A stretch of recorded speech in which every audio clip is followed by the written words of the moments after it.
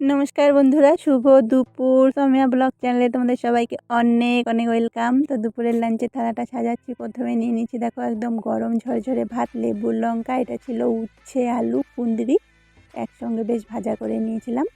এটা ছিল ওলের চিংড়ি মাছ দিয়ে দম। তো চিংড়ি মাছটা এই তো মানে আমাদের মুগরিতে পড়ে, মানে ধানের খেতে মুগরি বসানো হয় সেখানে পড়ে। তো বাবা আজকে নিয়ে এসেছিল আর ওলটাও বাড়িতেই হয়েছিল, তাকে দিয়ে বেশ মাখা মাখা দম হয়েছিল। আর মিক্স একটা সবজি করেছিলাম সকালবেলা, সব কিছু দিয়ে সেটাও নিয়ে নিয়েছি, পাতলা করে মুসুরির ডাল আর মাছের ঝাল। তো খাওয়া দাওয়াটা খুব সুন্দরই হলো। ভিডিওটা তোমাদের কেমন লাগলো সকলেই জানিও।